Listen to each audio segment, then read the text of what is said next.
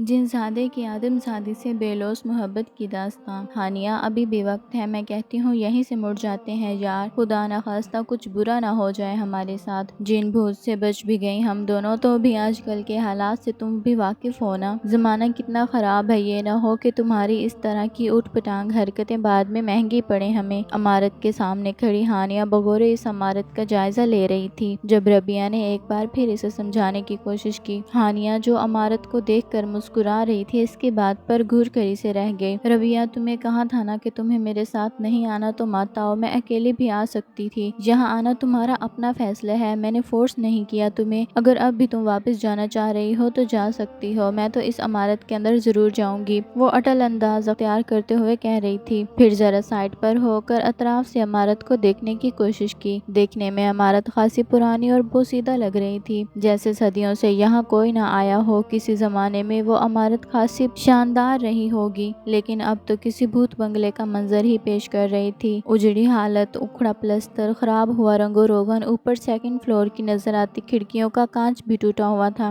ہانیہ نے اس عمارت کی طرف آتی سڑک پر نگاہ دوڑائی، کافی فاصلے پر بند سا باندھ کر اس راستے کو بند کیا گیا تھا، اوپر بہت سی کانٹے دار جھاڑیاں رکھی گئی تھیں کہ وہاں سے گزرنا مشکل تھا۔ سڑک کے ایک جانب ایک بورڈ لگا تھا جس پر سرخ رنگ سے کراس کا بڑا سا نشان بنایا گیا تھا اور نیچے ممنوع علاقہ درج تھا۔ ہانیہ نے آنکھیں سکیڑ کر اس بورڈ پر لکھے الفاظ پڑھے، پھر بغور عمارت کو دیکھا۔ مغرب کا وقت بھی نکل چکا تھا، اندھیرا گہرا ہونے لگا تھا۔ ہانیہ نے جلدی سے اپنے فون کی ٹارچ آن کی۔ ربیہ تم بھی اپنے فون کی ٹارچ آن کر لو اور چلو اندر سے دیکھیں عمارت کیسی دکھتی ہے اندر سے، وہ پرجوش سی کہہ کر اندر کی جانب بڑھنے لگی تھی جب عمارت کے پیچھے سے پاگل سا شخص سامنے آیا۔ ایک لمحے کو ہانیہ اور ربیہ اسے دیکھ کر ششدر سی رہ گئیں، دھڑکنیں اتھل پتھل ہو کر رہ گئی تھیں اس شخص کو دیکھ کر۔ لمبے ملگجے سے بال، میلا اور پھٹا ہوا لباس، چہرے اور ہاتھوں پر لگی مٹی اور بے ڈھنگی چال چلتا وہ کوئی بوڑھا آدمی تھا۔ سب ختم ہو جائیں گے، فنا ہو جائیں گے، کوئی زندہ نہیں بچے گا، وہ کسی کو نہیں چھوڑیں گے، کسی کو نہیں چھوڑیں گے۔ وہ پاگل آدمی عجیب سے انداز میں الٹی سیدھی باتیں کرتا زور زور سے ہنسنے لگا۔ ربیہ نے خوف کے مارے ہانیہ کا ہاتھ تھاما۔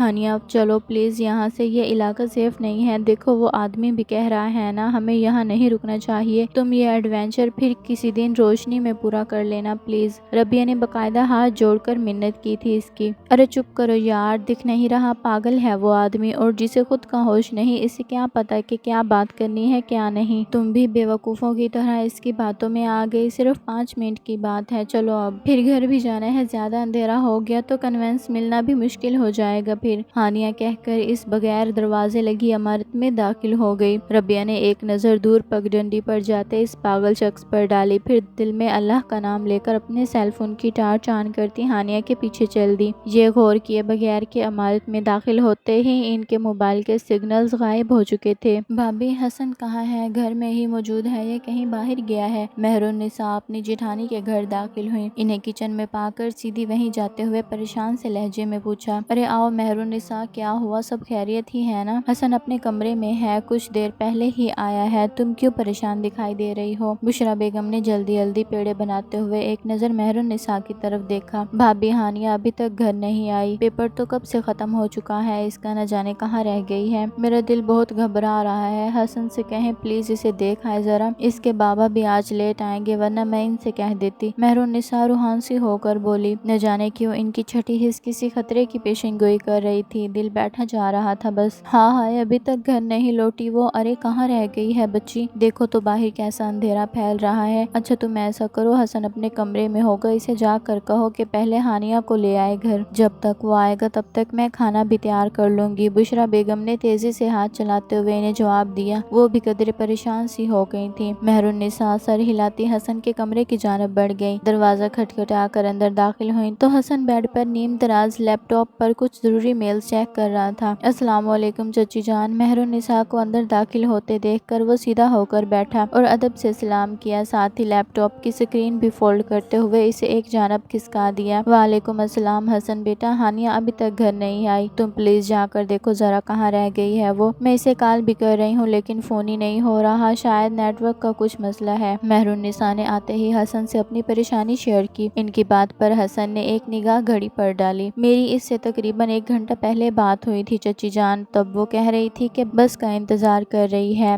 میں نے اسے کہا بھی تھا کہ میں آ جاتا ہوں، لیکن اس نے منع کر دیا۔ ویسے بھی ابھی تک تو اسے آ جانا چاہیے تھا، نہ جانے کہاں رہ گئی ہے، میں کال کرتا ہوں۔ حسن نے ایک دم بے چینی کا شکار ہوتے ہوئے ہانیہ کا نمبر ملانے لگا، لیکن بے سود جواب بھی موصول نہیں ہو رہا تھا اس کے نمبر سے۔ مہر النساء جو آس بھری نگاہوں سے اس کی طرف دیکھ رہی تھی، اس کے بار بار کوشش کرنے پر مایوس سی ہو گئی۔ حسن نے ان کے پریشان چہرے کو دیکھا تو فون چھوڑ کر ان کی طرف متوجہ ہوا۔ آپ پریشان مت ہو چچی جان، میں جاتا ہوں، رستے میں ہی ہوگی کہیں، میں خود لے کر آتا ہوں اسے، انہیں تسلی دیتا ہوا وہ خود پریشان سا فون جیب میں اڑساتا بائک کی چابی لے کر باہر نکل گیا۔ وہ دونوں احتیاط سے پھونک پھونک کر قدم رکھتی آگے بڑھ رہی تھیں۔ اس عمارت کی اندرونی حالت باہر سے کہیں زیادہ خستہ تھی، ہر طرف جالے لگے تھے اور اس پہ دھول مٹی کھاس کھاس کر برا حال ہو رہا تھا ان کا، لیکن ہانیہ کی ضد تھی کہ تھمنے کا نام ہی نہ لے رہی تھی۔ وہ دوپٹے کا پلو ناک پر رکھے ٹارچ کی روشنی میں آگے بڑھ رہی تھی، ساتھ ساتھ مختلف کمروں کا جائزہ لیتی جا رہی تھی۔ عمارت کے اندر گھپ اندھیرا چھایا ہوا تھا اور ایسے میں ٹارچ کی ذرا سی روشنی بھی خوفناکی کو بڑھا رہی تھی۔ عمارت کے اندر فرنیچر موجود تھا جو اب مٹی کی طرح بھربھرا ہوتا اپنی بے قدری کو رو رہا تھا۔ دیواروں پر مختلف پینٹنگز آویزاں تھیں جن پر پڑی دھول ان کی اصل شکل کو بھی دھندلا کر چکی تھی۔ یوں ہی ادھر ادھر ٹارچ کی روشنی گھماتے ہوئے ربیہ ایک دم ٹھٹکی۔ اس کے سیل فون کی روشنی ایک دیوار پر پڑی جہاں ایک بڑی سی پینٹنگ آویزاں تھی۔ جس چیز نے ربیہ کو چونکایا وہ تھی اس پینٹنگ میں بنی اس کی اور ہانیہ کی تصویر، وہی لباس جو ان دونوں نے آج پہنا تھا، وہی حلیہ جو آج ان کا تھا، وہی بیگز جو آج وہ دونوں لے کر آئی تھیں، سب کچھ وہی تھا اس پینٹنگ میں۔ فرق تھا تو صرف اتنا کہ ان دونوں کی گردنیں کٹی ہوئی تھیں جن سے خون بہہ رہا تھا۔